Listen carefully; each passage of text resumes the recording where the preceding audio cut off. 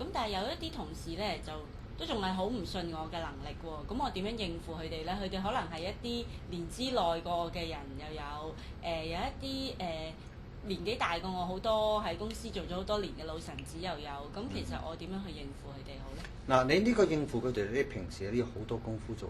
你好重要一樣嘢就係你嘅 social maturity， 你嘅社交成熟度。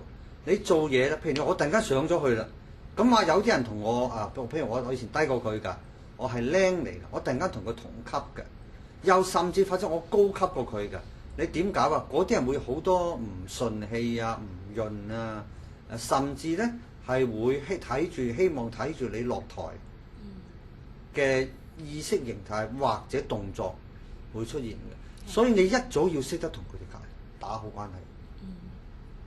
第一就係咧，你之前你會同一啲人 friend 嘅。如果你冇 support， 你冇一個 support group 啊，冇一個支持你嘅 group 咧。如果你公司係大嘅，要講緊 OK， 即係特別係有啱啱你講嗰啲咁嘅老臣子啊，諸如此類嘅，你會有困難㗎。呢個係一早做嘅功夫。而且我會覺得咧，你而家今日問得我呢個問題，我覺得你有一個問題，就係咧，你突然間你會發緊遲騰，而家係你發遲騰嘅時候，你未做好準備。你話我又點樣對呢個人？我點樣對嗰個人啊？呢個係話緊俾我聽咧，你冇預備有呢件事發生。如果你一早預備有呢件事，你一早做功夫嘅，呢個好重要㗎。每一個出嚟做嘢嘅朋友咧，佢未升職，佢預升職㗎。我升職點搞啊？我一定要同呢班老臣子打好咗關係。其實嗰個方式就係我其實呢個位咧，我啱啱坐嘅，我需要你哋支持我嘅。咁咧，你一定有一啲嘢幫得到磚頭，幫得翻佢哋㗎。佢哋唔淨止想你坐呢個位咧，佢會想你坐呢個位坐得好好嘅，因為佢哋都有繼承嘅利益喺嗰度㗎。呢個聽唔聽得見？所以呢個早做嘅功夫，如果你做遲咗啦，譬如你而家啦咁啊，你快啲學去做，因為佢哋一定有一啲掣嘅，一定有一啲地方咧，佢哋需要你去幫到嘅。其實咧，佢點解會唔順你啊？除咗你嘅年資低，仲有咧，你未必能夠俾到佢想你俾嘅嘢佢嘅啫嘛。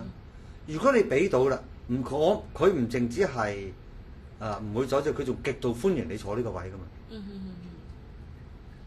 咁即係要睇下點樣去配合佢哋，配合到咧，大家就會都開心啦。嗱，你記住呢個係一早要做嘅功夫。如果你係而家去做嘅時候，你就即去摸啦。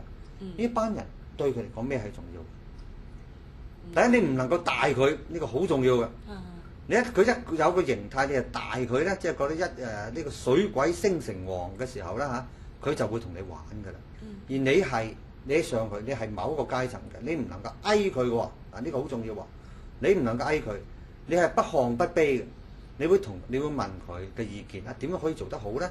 佢覺得其實佢需要一個感覺就受尊重。你俾到呢個受尊重嘅感覺佢，你亦都會照轉頭，你會幫得到佢嘅。佢又被尊重，你又幫得到佢，佢點解會唔幫你？